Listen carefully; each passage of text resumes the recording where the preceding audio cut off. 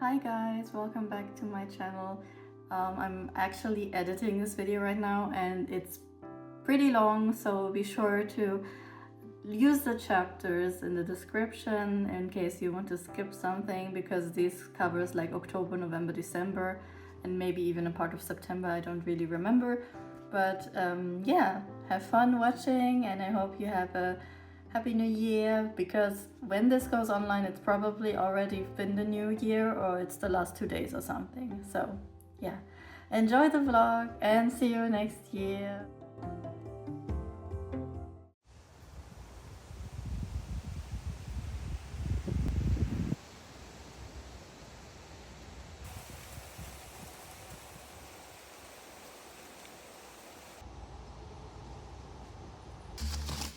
Another day and another box of new supplies, and I am testing Aquarylic, which is chalk color. They are made in Austria and this is quite a new company. And I'm very interested how they will turn out, doing something special. I heard a lot about good things about the white. I'm testing them right now and they immediately give off some kind of dry look. I want to try to go a little more watery. I'm seeing I'm gonna try to use another kind of paper. I just made these like a few seconds ago and I can't overwrite them. It's like I cannot reactivate them. It reminds me of gouache, but gouache can be reactivated. Granulation happening right if you put down the chalk color.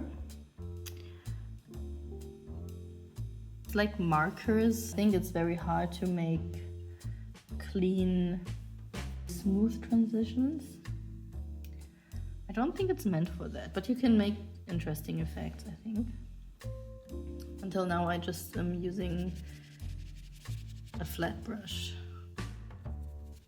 So this granulation, I don't know how to say it, but the optic is very interesting, so I will definitely experiment with that colors.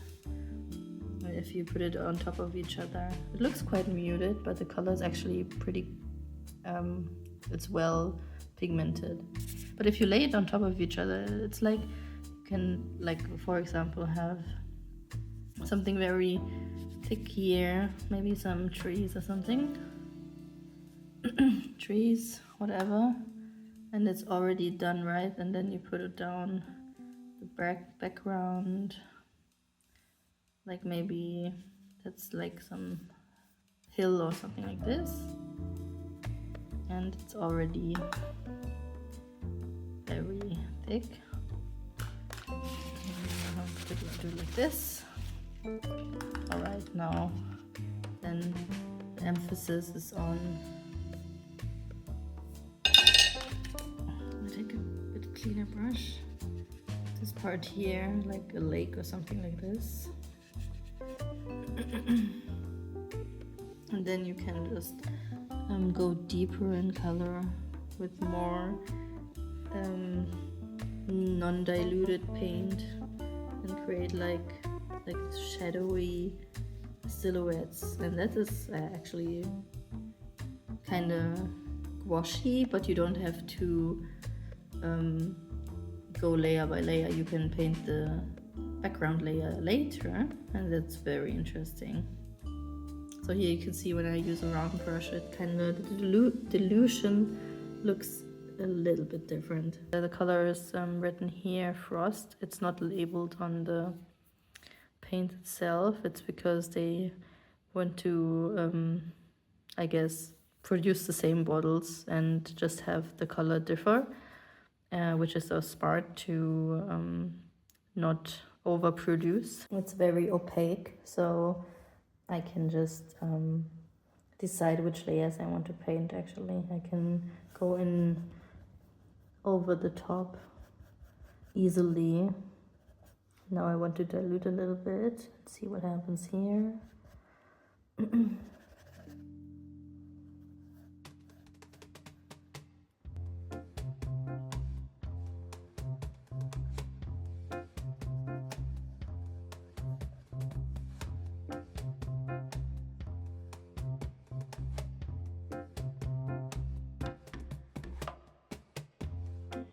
But it's this effect here that's really cool because of the granulation and layering of the different brush strokes.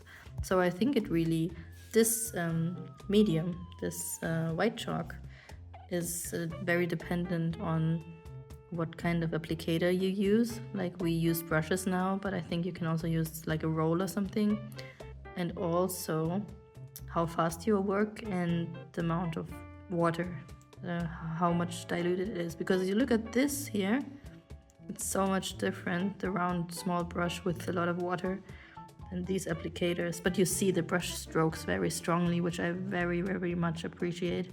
So this is like very foggy stones in the background.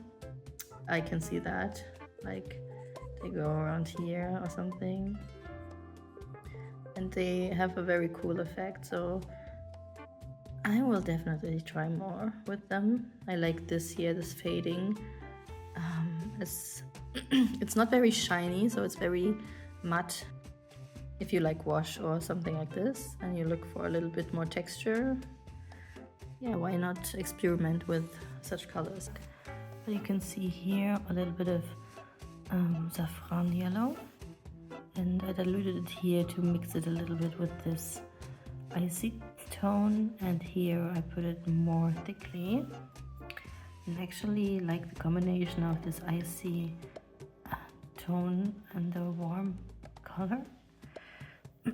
And yeah, very opaque if you don't dilute it. You can like paint over, but you can still see a little bit of the blue shining through. If I intend to keep it like this looks very cool also.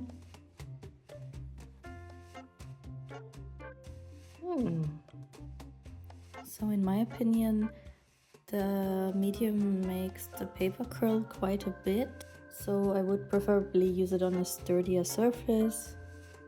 I realize I didn't buy any red, but that's fine. Limited palette.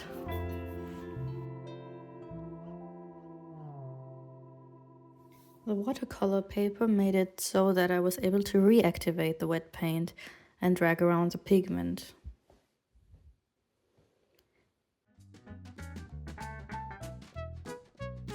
For example, here I could just break down the pigment here and drag it around. You could also wet the paper and then just use wiping or subtraction to work, which is another approach. It's not 100% clean paper, but it also has a dusty vibe, dusky vibe.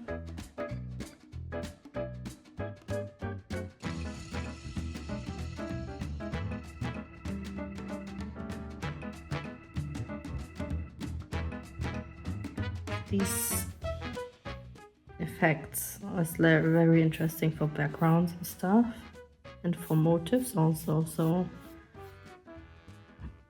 for example, if I had such a background, I would tend to like draw with something more opaque on top of this, or you can draw subtractive, but I wouldn't recommend it because of the drying times. Interesting. On watercolor paper it behaves a little bit different than expected. You can make much smoother transitions and mixing also. So now I drizzled a little bit, and I will just see what happens. Drag this around.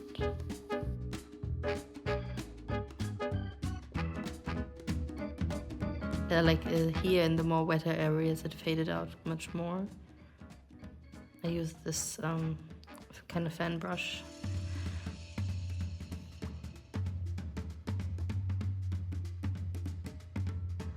It's already wrinkling again, the paper, so you need like to stretch it beforehand. You can knock back color into the background. Generally you get a foggy vibe if you like dry brushing and playing with the texture of the paper. Personally, I would be interested in combining this with ink or other things.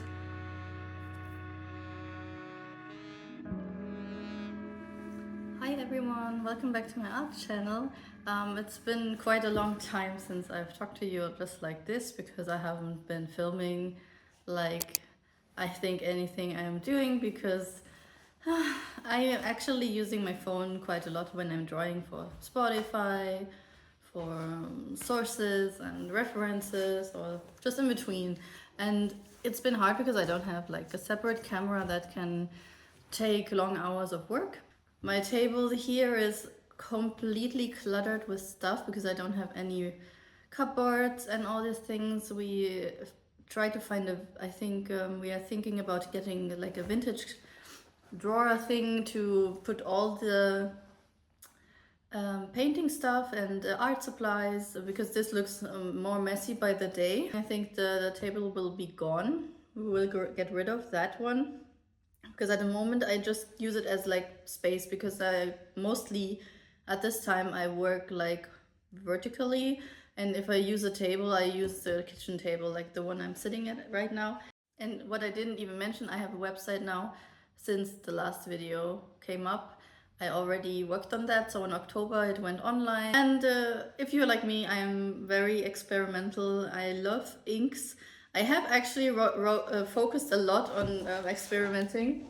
So these are chalk colors, and I don't know, they're not very common. They can mix with all water-soluble colors, and they have really nice texture. I have filmed a little bit of my first try with these colors. And I think the chalk colors were like the most interesting to me. Another course I took after my landscape painting course, which was very interesting. I have the final piece over here, this one, the orange one. I can show you it a little bit. I have never painted like this, like with the focus on the landscape. The teacher didn't teach us anything moody or something or extremely colorful. They taught us like planes, which I never knew about because I never looked that up or anything about landscape painting. But anyways, she actually taught us realistic painting. I try to incorporate that because I'm not really a realistic painter. I mean, I'm not very interested in that, to be honest. I actually like to paint what I see sometimes, but I don't try to aim for hyper-realism. I like a little bit of stylization, so I try to pick up her lesson and incorporate it in a different kind of style. And after that course, I signed up for a Zumi course because I obviously love ink. I have like a small sketchbook, right? I just do thumbnails, something like this. There's also some chalk color. I just died almost. This is like my sketchbook. I usually just do thumbnails. I'm more like a conceptual sketcher, but I will talk about sketchbooks later.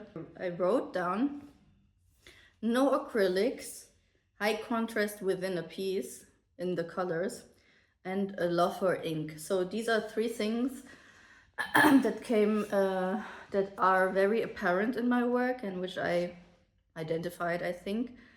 In my last video, I showed you briefly that I painted like the first wash on these paintings. I didn't finish them yet. I was just checking out which kind of form emerges from the lines and marks I already made. So we will see. It seems to me there could be like an animal or something, but I have to look closely and then decide what kind of figure I want to draw. This is like a combination with ink and these chalk colors, which are very interesting, and I actually like the artwork.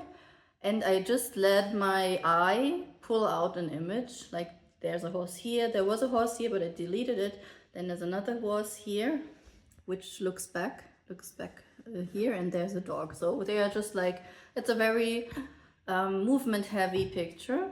And I think also the pastel colors are very fun, but also the bright blues really gives it something wild. I think something like you're running in the mud or something, or water. So I actually like this dynamic here in this piece.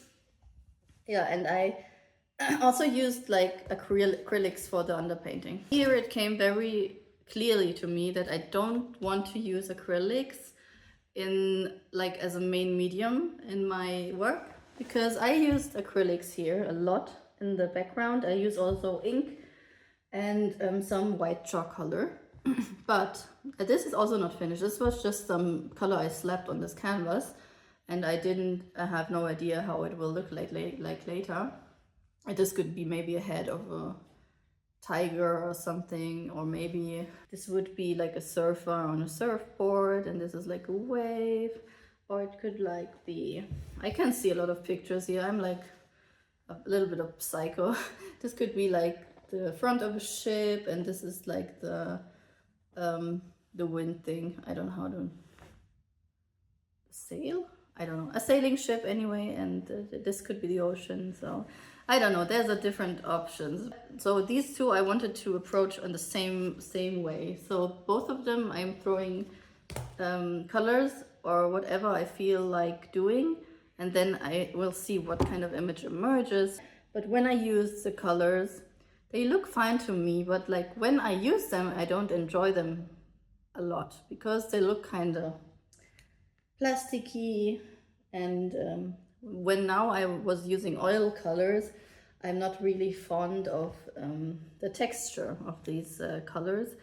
I rather like gouache or watercolors, maybe even more than acrylics. But I think I have a lot of I know a lot of positive aspects of acrylics, but the optic doesn't give me like a spark of joy or something. Like this would give me more joy than putting down acrylics. It doesn't give me like a sense of excitement. So I'm pretty sure that this will lead to me not having that much acrylic in my final ways of doing things. This helped me a lot, like understand that I'm not really into this medium. Why do I love ink? I have no idea, but I like the contrast of black on white, and also like the fluidity. I don't know, the lines, you can see like a lot of energy. So I have now taken even a Zoomy class, and these are like just exercises I'm doing,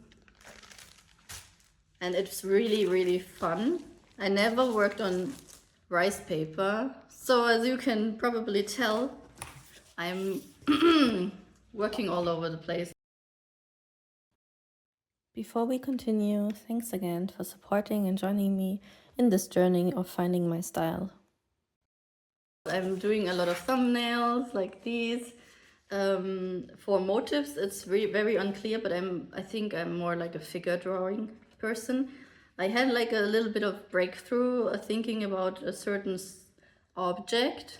I spotted in my old paintings, like in 2 of them at least, and I realized I was drawing stuff like similar. I won't tell you now because I'm not 100% sure, but it was like I was telling my husband, and he said like, it's weird, but this could be a thing. Yeah, but that will be for another time. You will see that maybe a subject emerged from my pieces. And then I was thinking a lot about what I find aesthetically pleasing. I have thought about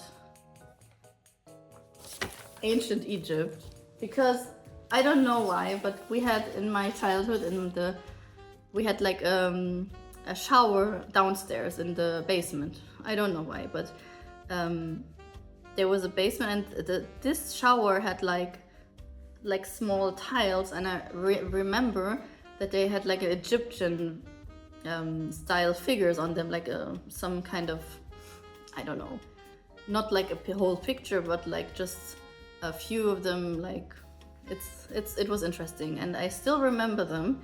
And I remember we had stuff at home, like little pieces here and there, and I used to really like these Egyptian style drawings. I don't know why, because they're really old, But I remember my father also brought me like one time this huge book about hieroglyphs and ancient Egyptian symbols and stuff like that.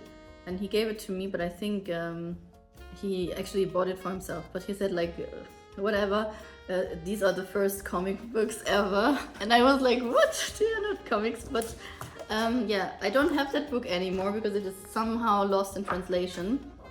As some of you might know, my father already passed away in 2013.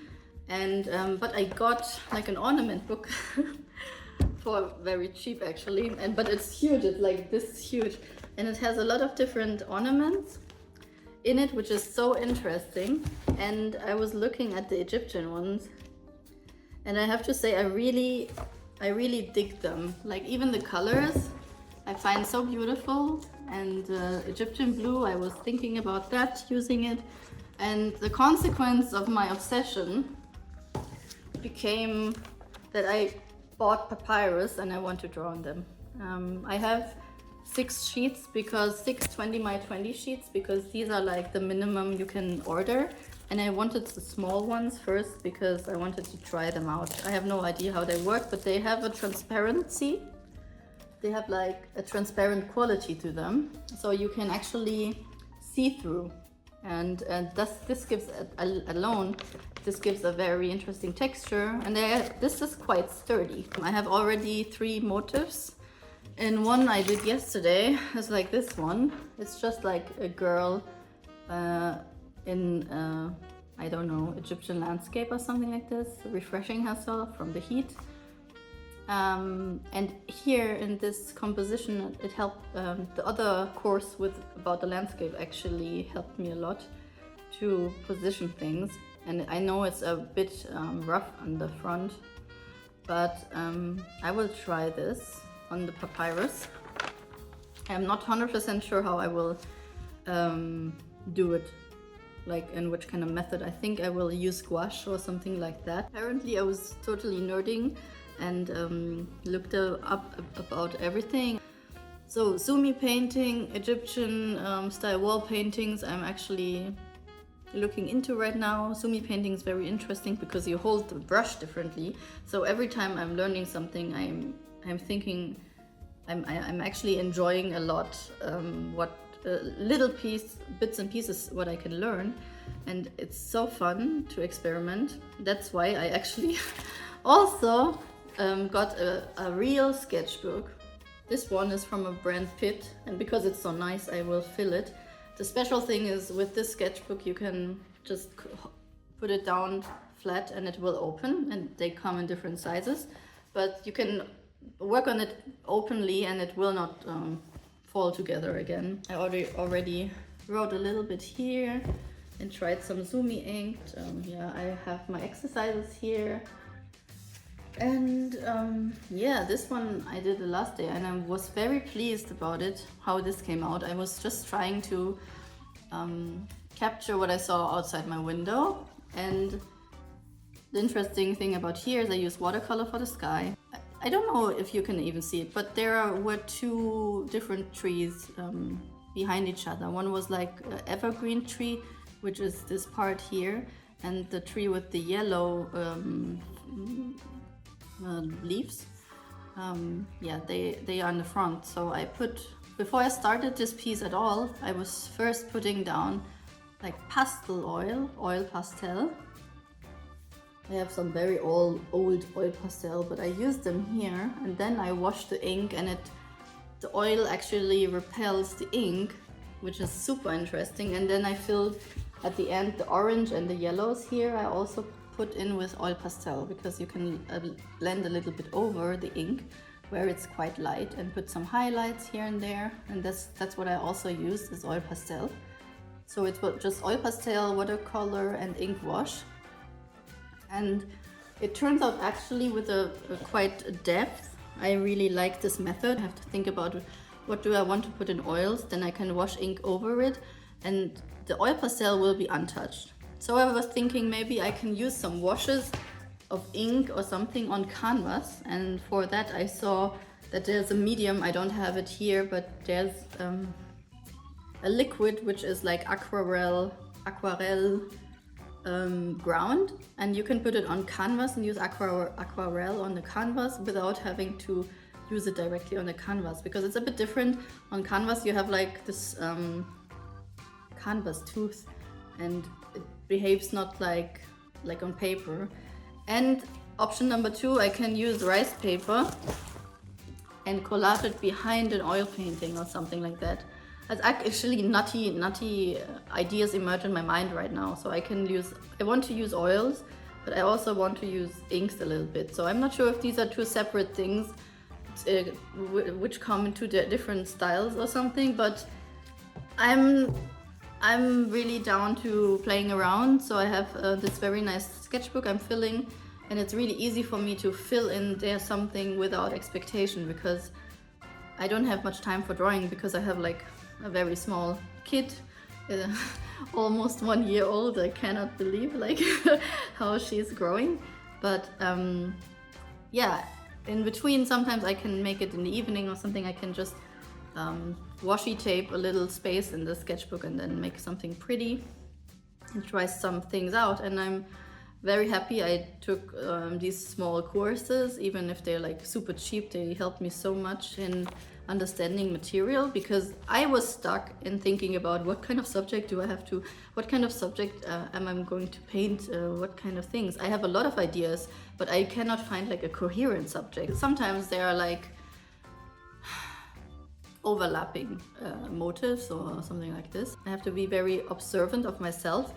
Do I like this style, or what about it do I like? But do I enjoy doing it myself? A big rant. But there's a lot of things flowing in my mind, so I wanted to share them with you. There's no results, all right? I just like oils. I don't like acrylic. I like inks, but these are like material things, and I didn't think I would go into process that much. I'm pretty sure, like 80%, that I will do figure drawing. And what kind, I don't know. I was very stuck on that part of subject matter that I thought, okay, if I don't have any progress, I can experiment now with medium. Very exciting, because I can just freely explore and without trying too hard to think about doing something special or doing something meaningful, just trying out things, and I can slowly see what I'm leaning into, but no acrylics. I didn't finish anything, but you will see me painting now in the next clip, I hope.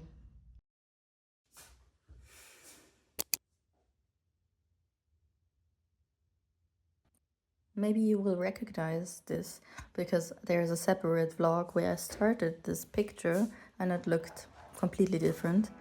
Anyways, we'll continue with this one. As you can see, it did some progress towards a new image, but I was not happy with it.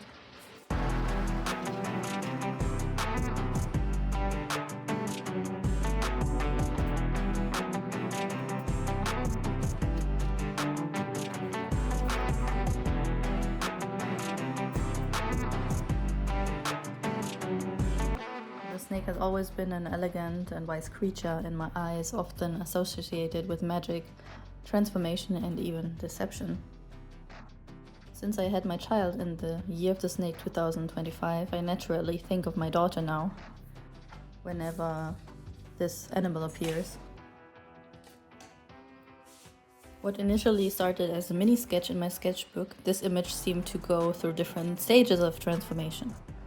The stylized concept was overthrown and replaced by a dynamic imagery, which was kind of nature versus human, a struggle, a conflict. Although I didn't fully reject the emerged topic, it didn't really give me the spark of excitement to finish it.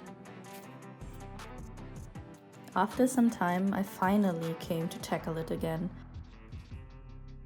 It transforms again. This time, the learnings of this year mixed into a calm figure, a moment of peace.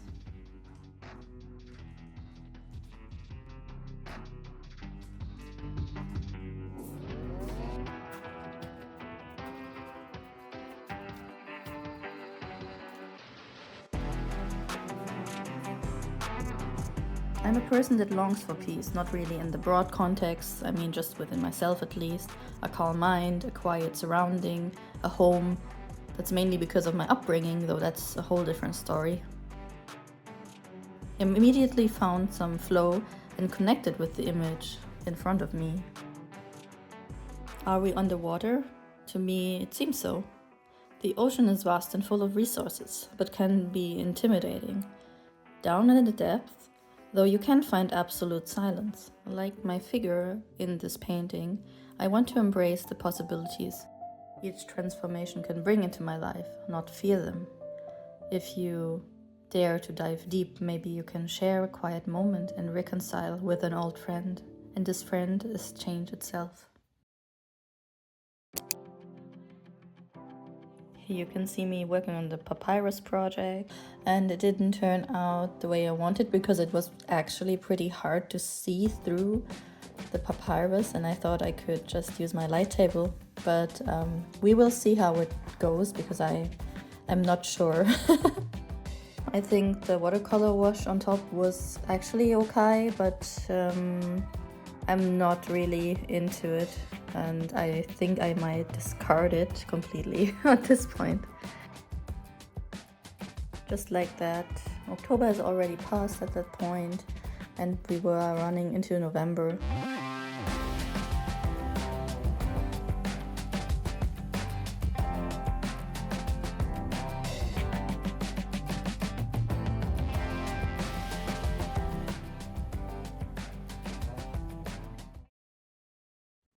I used AI to create a reference image. Instead of modeling myself or pulling out some lights from the basement, I just gave AI my own painting and let it create a model. The problem with AI is it takes a lot of prompts to get a useful image out of, even if you use a reference picture, and the models just look too perfect. It's just very different from using a photo model or searching for a kind of reference online that fits your character's pose.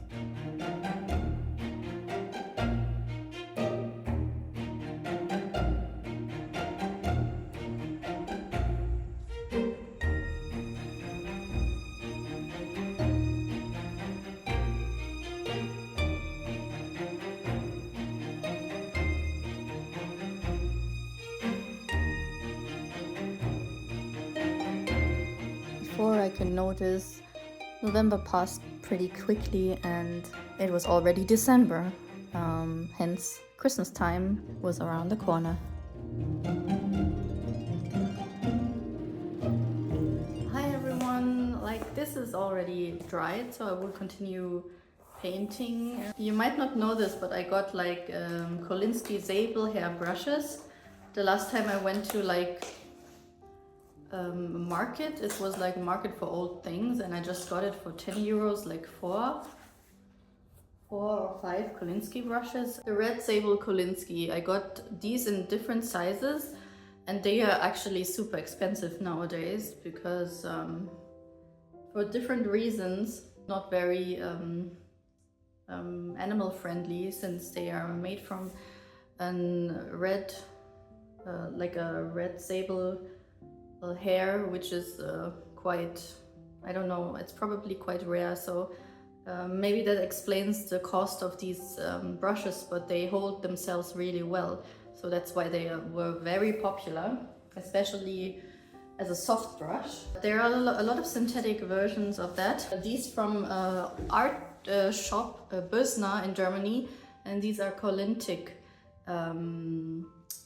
brushes, and they are actually like the synthetic version, like kind of the Kolinsky Zabel, and both of these brushes are very impressive, so I enjoyed them very much.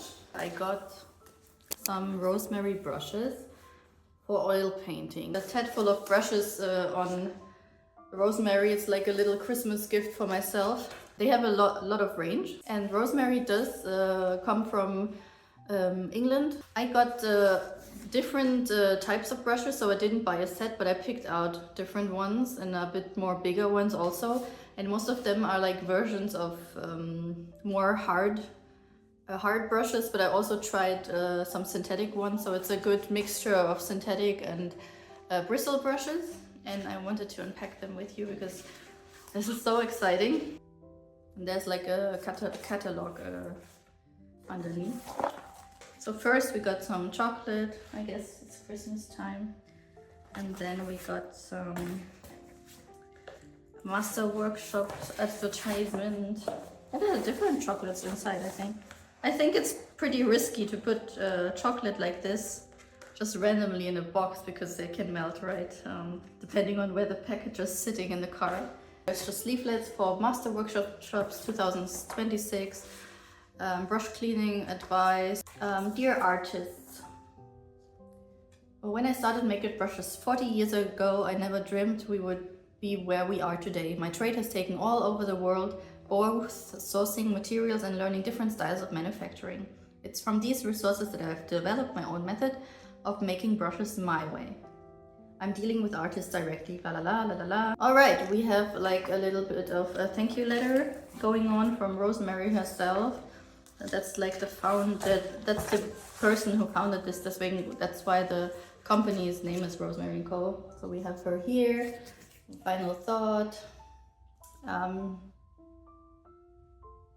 I believe in quality, uncompromised, enabling your artist to experience the pleasure of creating your art using quite simply the best tools. So there you have like a good overview for the brushes and the ranges. And what I love about this catalog now is that you actually can see the life sizes. I'm not sure if it's the life size, but I think it's the life size pictures of these brushes, which is amazing because sometimes you don't really have an idea how much a few centimeters look like, or a few millimeters. So I'm the most excited about this one, the Evergreen Synthetics. These are 100% synthetic fibers, and each one of these ranges are more like explained on the website also, but I think this one is more useful, this catalog. Eclipse Synthetics is also a synthetic version I'm excited about, so I focused on synthetics and mostly like bristle brushes. They have even this funny little stick you use on an easel if you want more control. I don't have that, but maybe I'll just use a bamboo stick or something I have around the house.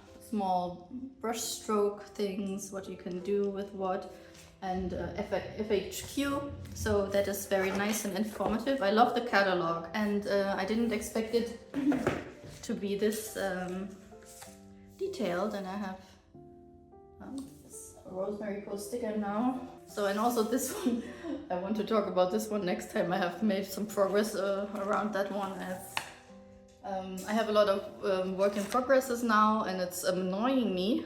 It's obnoxious, but on the same time, it's my duty to experiment. So this is what we got. It's quite amazing. I'm really happy. I don't know what LH means, but yeah, you can see like a list of things, and they ticked off each of the commissioner, or how do you say, the picker picked each one out. Long handle probably, because everything is long handle, so I don't know why they would mark it extra. Maybe there was a mess up or something, I don't know. But anyways, I'm so excited about these brushes, guys. I will finish my picture with them, especially chunking. I heard also a lot of good things about this. They are like a very famous bristle coming from China. Chunking brushes. I also got some round brushes, but only like 2 or something, because I usually don't use round brushes. So I have 1 round brushes, and this one is a rigger, like the one you pull paint with, and it's very small. This one, it's very small and pointy, so I'm not sure if this won't probably classify as a round brush. And this one is a round point one, because I never had like a pointed one, which I was happy with. So these are the only ones which are like that. The other ones are all flats, and yeah, long flats, and yeah, 1 rigger. Actually, I think the other ones are all flat. They only have different forms slightly because of the size or because of the length of the bristle. They even have like extra long. I have to show this to you guys. on the table. Like these are like extra long flats, so they tend to can load a lot of paint, and you don't have to use the brush until this point. You can just use the end, which is also very interesting, and it gives you a little bit more different flexibility with the brush. So looking forward to trying that. Very excited. They look very nice though. Oh, they look very nice. The Eclipse are easy, like the green synthetic ones have such a particular color, it's easy to spot them. I'm not sure if you can see it, I will unpack this probably. Hang on. Like the combo version has very fine hair at the end. So they have like an extended line of hairs at the end, which is not like the full hair length. So they have like the regular hair length stops here. And then they still have like a few hairs pointing out, which gives it a little bit more line at the end. Like it's very thin at the end. So it's interesting to see what kind of overlap it creates when you brush stroke. And it has like a little bit of pulling in the end, you know, a pulling of strands in the end, depending on how much pressure you apply. So that is very exciting. Yeah, the biggest brush I got is the Rosemary 2025 series, and that is the chunking bristle.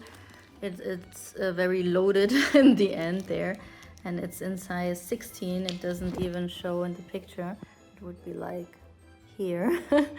And it's really big, but it's useful for blocking in a lot of colors. And I'm very excited about this one. You can make expressive long sweeping marks. The leverage of the bristle makes them really popular for many oil and acrylic artists, mainly for oil. The interlocked curve head allows retention of shape. If you like a brush which offers more grain and texture, look no further. They are inexpensive and great place to start. And from hogs raised in the region of China. So this is very interesting. It's, I think, the only one I got from this range. So that one is also a chunking one, and this one is extra long filbert brushes. Enable the paint to soak and carry superbly, saving the artist's time to reload. This one has extra long brushes, and I wanted to test how the difference is between normal length brushes. Like they are already long, but extra length is very interesting to me. So I also got for the synthetic series here, the evergreens, I also got one which has a fairly long shape. There's also this one, which is the filbert series 47. It's like a cheaper version of a bristle brush. I don't really like to use small brushes that much, but I got a smaller one, and they are more inexpensive because the handle is not colored, it's raw. The rest of these are like assortments of classic and ivory, I think. Ivory rigger, ivory pointed round, but this one is from evergreen.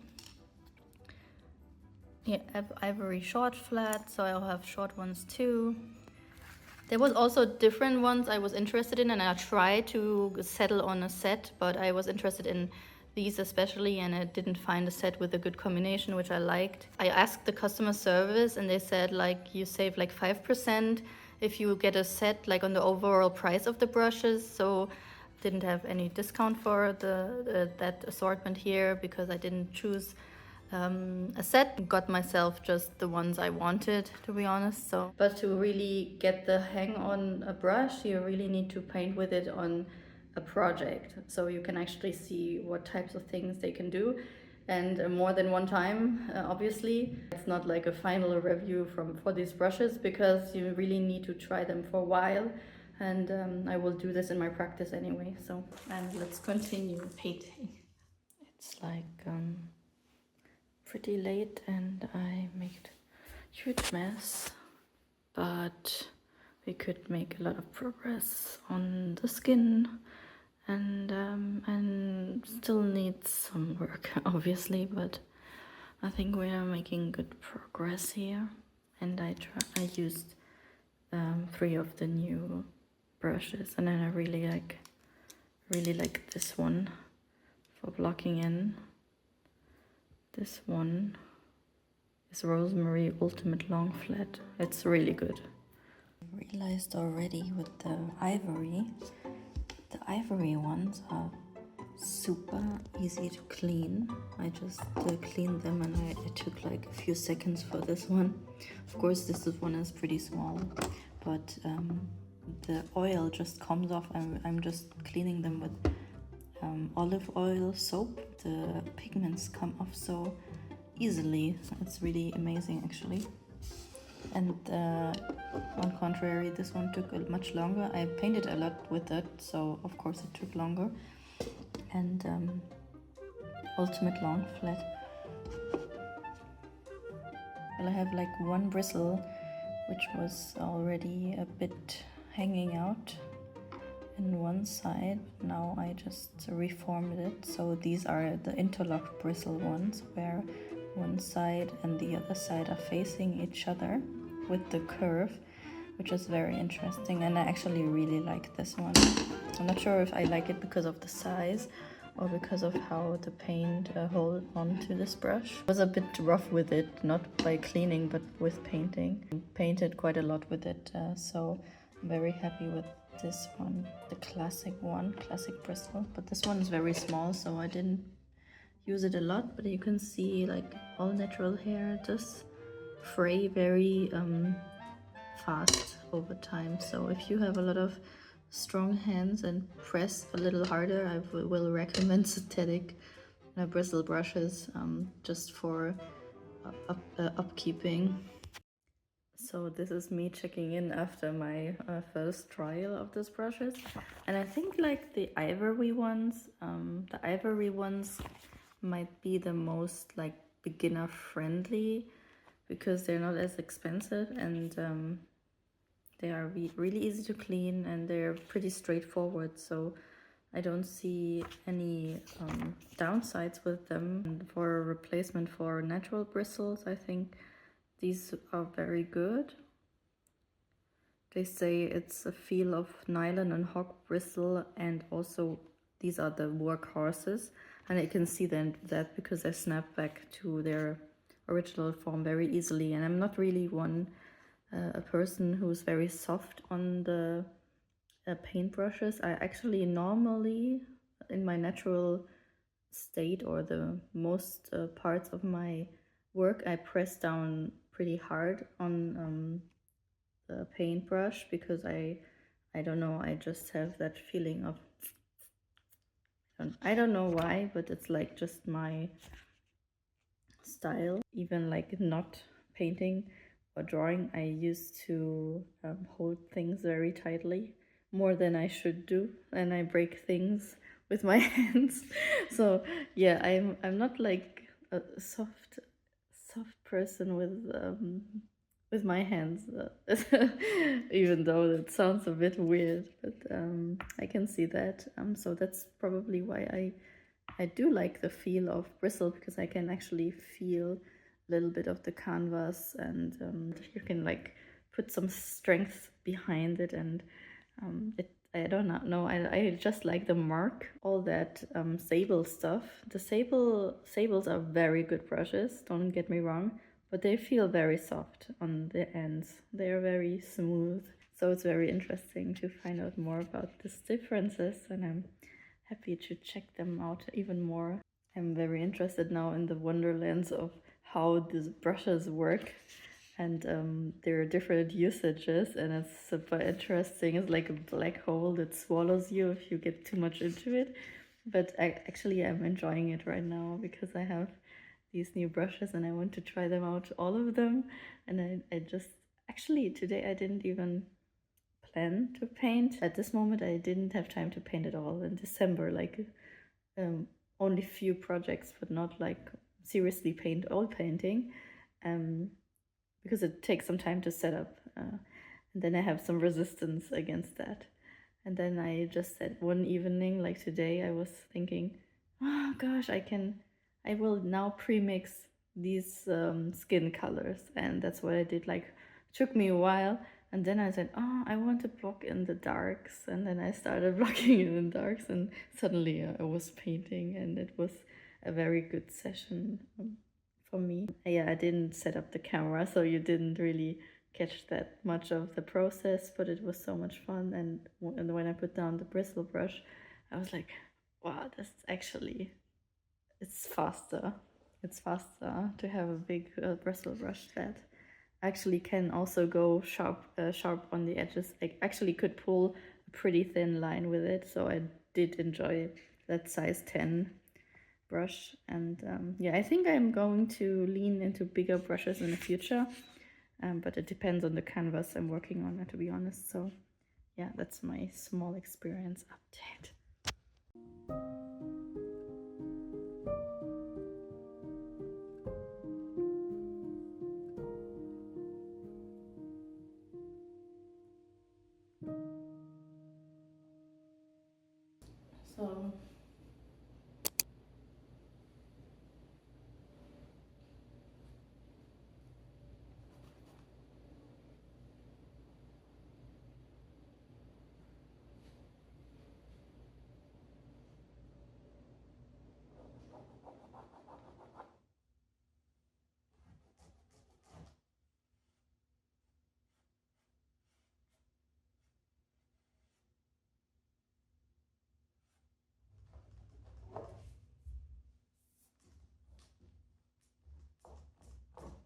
So this is actually the state of things, and everything is covered in cadmium orange.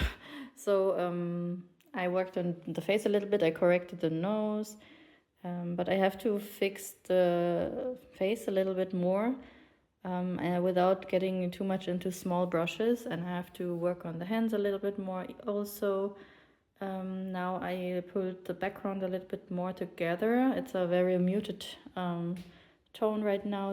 We have this extremely vibrant chroma, but it was a bit strong in the beginning. Actually my husband really liked it, but then I just wiped a little bit backwards the parts, and now I think the look looks a little bit more underwatery because of the wiping, kind of mishmashing the different layers together. Like you can just knock back like some chroma by wiping, like here, and then it pulls it in the background a little bit, but you have to be careful where you're doing that without having it looking like too many singular strands. So I like it to look a bit more like a mass. Now it looks kind of interesting, so I'm okay with this kind of ugly face, but going into the right direction phase.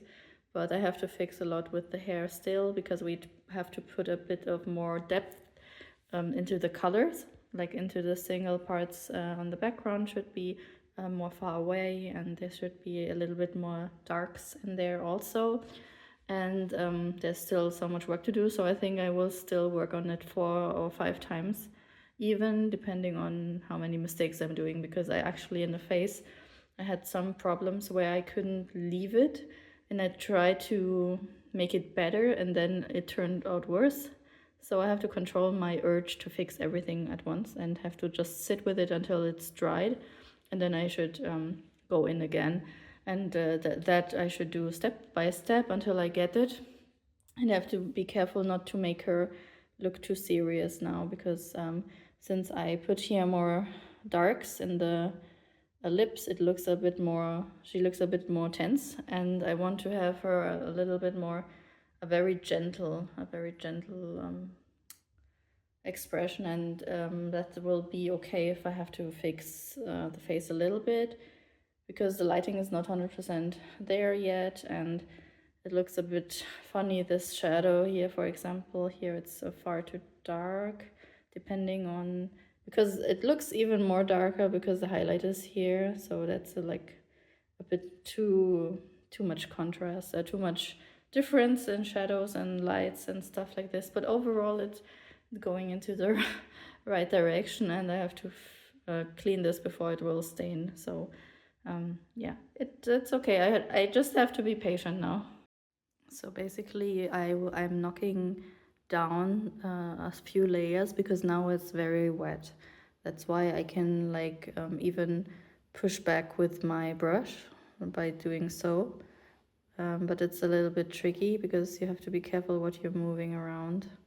So yeah, I am just emphasizing the highlights I want to keep and knocking back some of the chroma in places I don't want it so bright. So this is my palette. I actually used a little bit of the Rosemary brushes again. This one who does marks with the small bristles at the end is actually very interesting in mark making, but it's a bit too soft for the thing I have to do today. Was a little bit too soft, but it doesn't lift. This one actually, the rigger is more practical than I thought. Not sure if I will use it a lot, but because it's very slim and pointy, but it can make like a calligraphy kind of mark, but it doesn't carry like as much paint, and you need to use a little bit more oil or medium to get the flow. Otherwise it's getting dry, will run out of color very fast, and you cannot load it as much because the tip is so fine without compromising the line. And then I also tried the evergreen the first time. I already washed it, but this one feels the most synthetic in my opinion, and it has a very strong snapback, so it actually springs back to, it's a bit thinner than usual synthetics I know, a bit more lighter. I think maybe the bristles are smaller, but or thinner, I don't know how to describe it, but it springs back into form very fast. So it's I need to use it a little bit more to understand if I like it or not, but I think I prefer bristle, like the hardness of bristle a little bit more, but it depends on what you're doing. I use this one, the biggest one. It's the Rosemary long flat. I think it's chunking. I don't have a big opinion about this one because it's so big. I will probably not get to use it until I find a new piece which is a bit more broad, where I need to cover the canvas a bit faster. So no big opinion on this one, but my favorite is still this one. I actually used it again today, the number 10 ultimate long flat, so maybe I will get more ultimates in the future. Yeah, it's just my own taste, I think, preference. And then I have to use like the smaller ones and stuff like this also, but yeah, now I have to clean myself. So my daughter is wanting something. Yeah, this is after another session. There's a lot of glare right now with the window, but I just wanted to show you the progress. I think the hands are not quite there. They at least need 2 more sessions, but I'm okay with the face. I need to adjust the lips maybe a little bit, but overall it looks kinda progressing. But it was very much of a struggle to paint yesterday. It's very glary right now. You can see it from different sides with less glare. And it looks kind of okay.